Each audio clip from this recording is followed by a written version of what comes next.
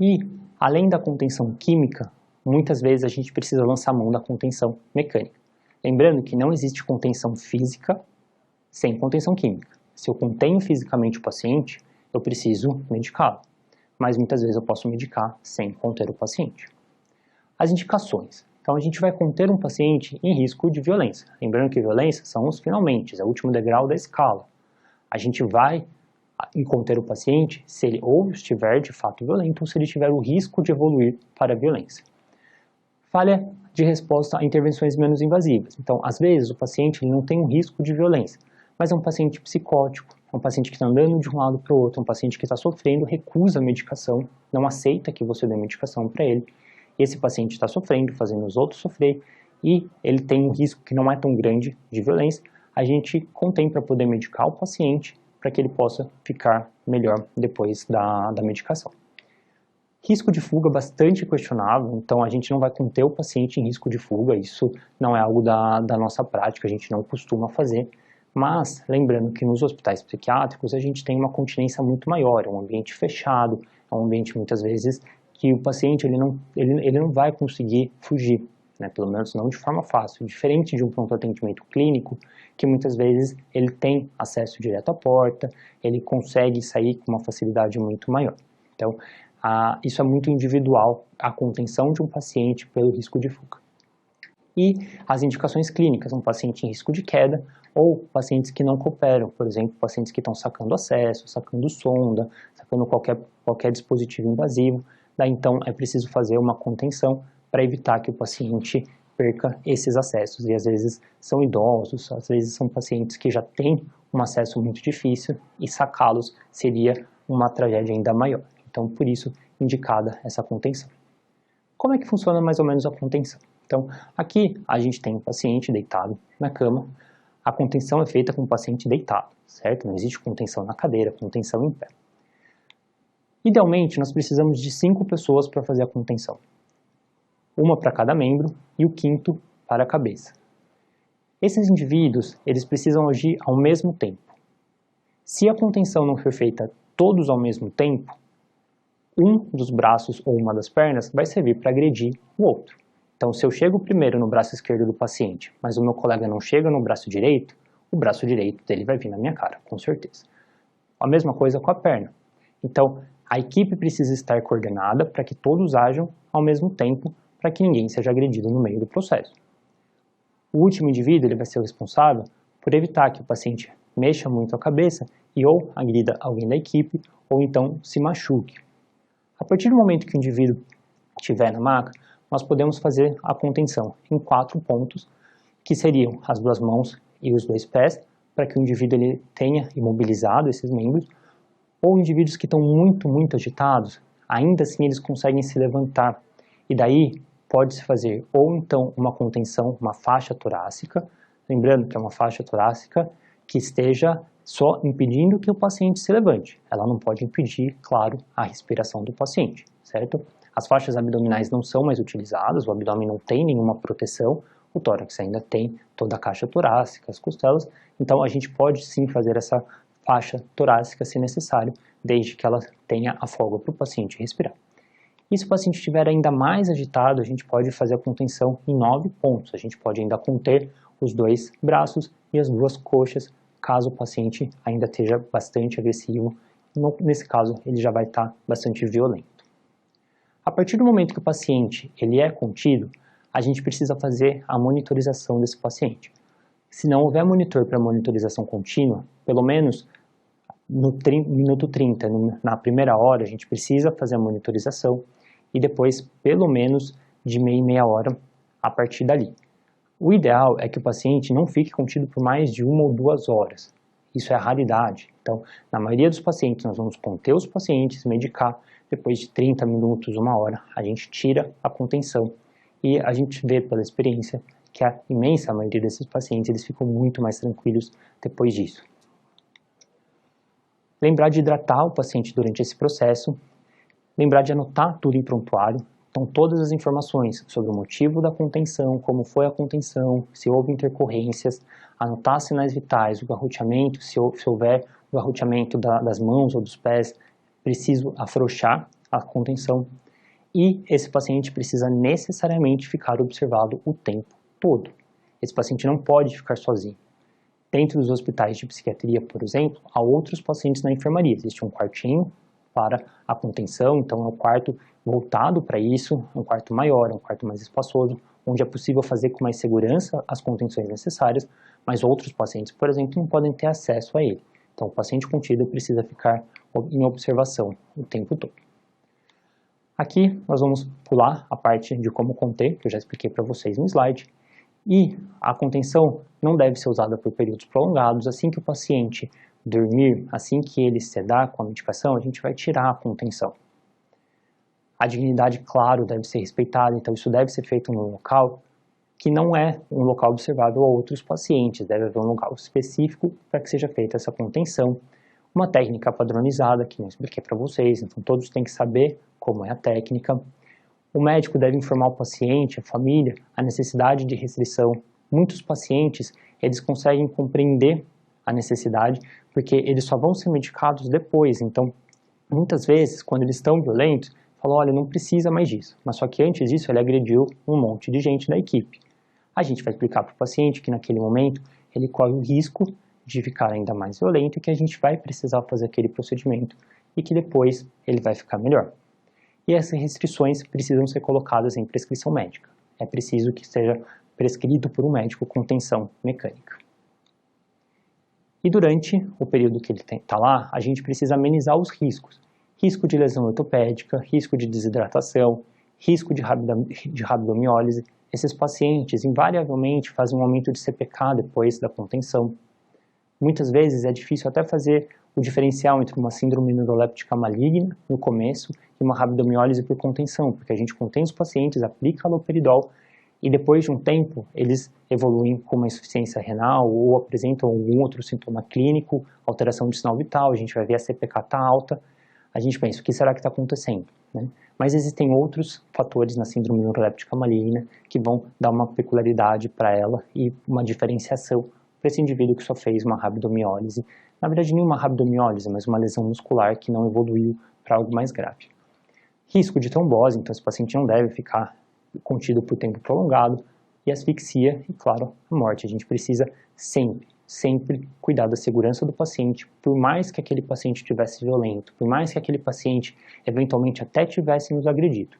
Então, isso precisa ser mantido até o final da contenção. A gente não pode misturar nossas emoções com a técnica naquele momento. E, claro, o risco psicológico que tal medida pode levar para o paciente. Como disse, na nossa experiência, a gente vê que os pacientes eles acordam muito melhor. Ao longo desse período, onde a gente consegue observar o paciente, a gente vê que quando ele acorda, ele muitas vezes recobra uma lucidez que ele não tinha. Consegue entender, muitas vezes, a necessidade daquele procedimento, desde que, claro, ele não esteja psicótico ou com uma alteração da crítica. Em suma, se o paciente ele estiver somente irritado, a gente vai lá tentar conversar com o paciente, a gente vai colocá-lo num ambiente mais calmo.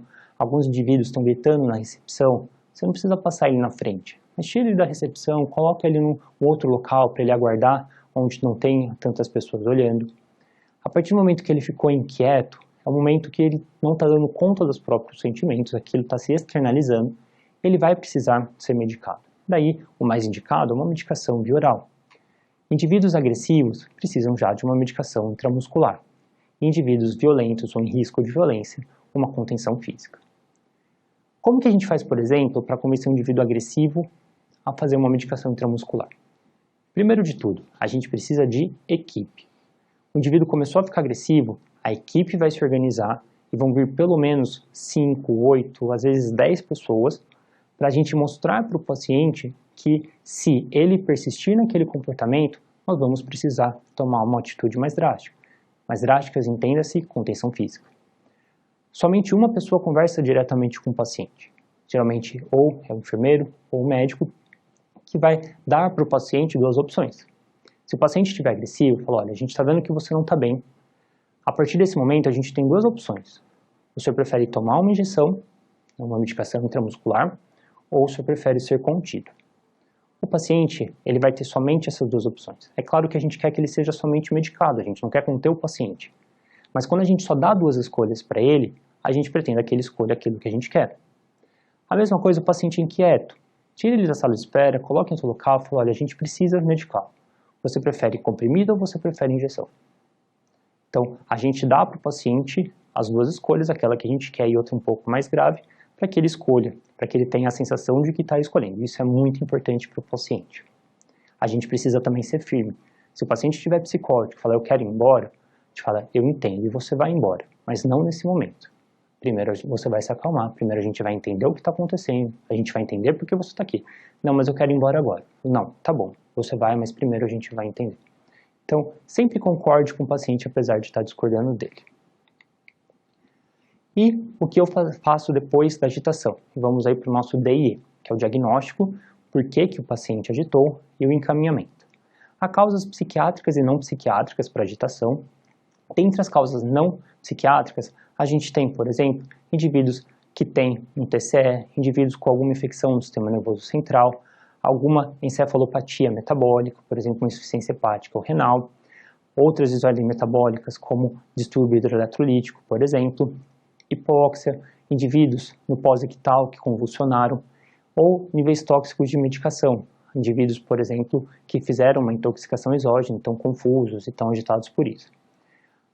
E sempre, indivíduo agitado é um indivíduo que potencialmente fez uso de alguma substância. Se houver disponibilidade, fazer um toxicológico no pronto atendimento. Muitas vezes é difícil fazer um exame toxicológico, ou então quando a gente faz, o paciente precisa colaborar, que a maior parte desses testes rápidos são testes de urina e a gente precisa da colaboração do paciente para a coleta. Então, sempre considerar o uso de substâncias, procurar estigmas.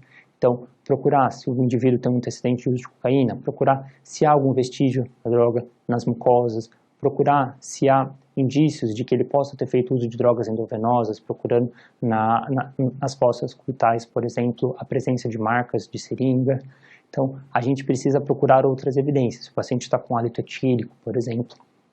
E dentre as causas psiquiátricas, podem ser todas aquelas causas que eu citei que causam irritabilidade. Então, irritabilidade em específico pode ser por um sintoma psicótico, maníaco, ansiedade, por uma própria deficiência intelectual. Às vezes, os pacientes com uma deficiência intelectual podem até fazer uma psicose de acordo com o grau de exigência e de demanda dele, né, o que a gente chama de uma psicose reativa.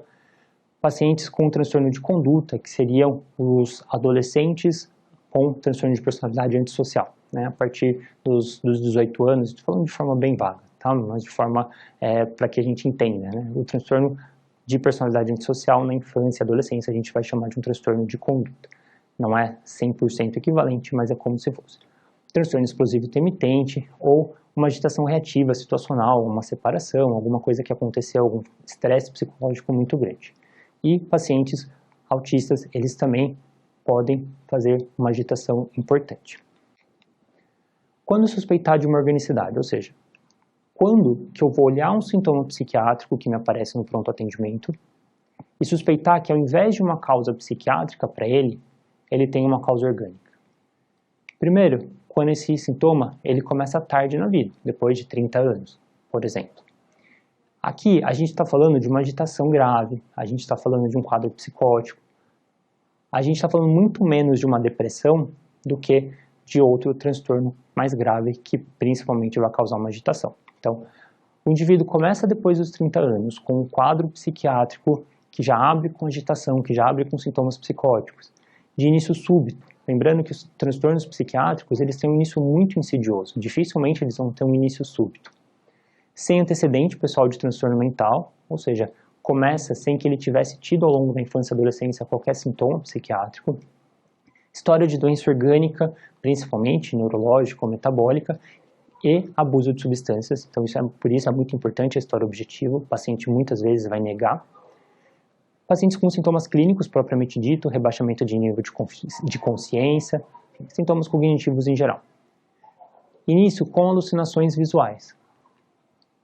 Os sintomas psicóticos, quando eles começam a se desenvolver, eles geralmente começam com delírios, que são crenças delirantes, crenças distorcidas da realidade, crenças não compartilhadas. Depois, ele evolui geralmente com alucinações auditivas. E raramente, lá no final, ele pode evoluir com alucinações visuais. Essas alucinações visuais são pouco nítidas, são inespecíficas e muitas vezes são com pessoas. Quando o indivíduo abre um quadro psicótico com alucinação visual nítidas, com animais, com objetos, isso é um indicativo muito mais de organicidade do que de um transtorno psiquiátrico exacerbado. Sinais vitais anormais, claro, flutuação do nível de consciência, né, ou flutuação dos sintomas psiquiátricos. Então, o indivíduo ele tem alguns sintomas psiquiátricos e que eles depois remitem, depois eles voltam, depois remitem. Isso tem mais cara de delírio do que outra coisa. E quando não responde ao tratamento psiquiátrico, é sinal de que possa ter alguma causa orgânica secundária àquele sintoma. Por fim, o encaminhamento. É sempre necessário a avaliação do psiquiatra no pronto atendimento? Isso vai depender do diagnóstico. Se o paciente, depois da agitação, a gente diagnostica com uma depressão grave, com uma ideação suicida, ou com um paciente psicótico que fez uso de medicação, mas abandonou o tratamento, pacientes com risco de agitação, com risco de suicídio, eles precisam, obviamente, ser avaliados por um psiquiatra. E daí, o psiquiatra vai definir se há necessidade da internação, para onde que ele vai ser internado, ou então se ele pode ir para segmento ambulatorial. E a gente não costuma prescrever medicação nova para o paciente, a não ser que a gente tenha certeza do diagnóstico no pronto atendimento. Se fica claro se tratar de um transtorno psicótico, ainda que a gente não saiba exatamente a etiologia, a gente sim pode prescrever um antipsicótico, desde que a gente garanta que ele vai fazer um acompanhamento ambulatorial depois. Nisso a gente vai envolver a família, nós precisamos ter um suporte familiar de alguém que se responsabilize pelo paciente depois da alta. Se não houver esse suporte, é muito mais provável que nós precisemos internar o paciente até que a gente esclareça a etiologia, até que ele fique voluntariamente consciente daquilo que ele está, da necessidade da internação, da necessidade do tratamento, e que ele esteja em condições de alta desacompanhado, se de fato não houver ninguém responsável. É isso aí, eu fico à disposição para dúvidas por e-mail. Muito obrigado.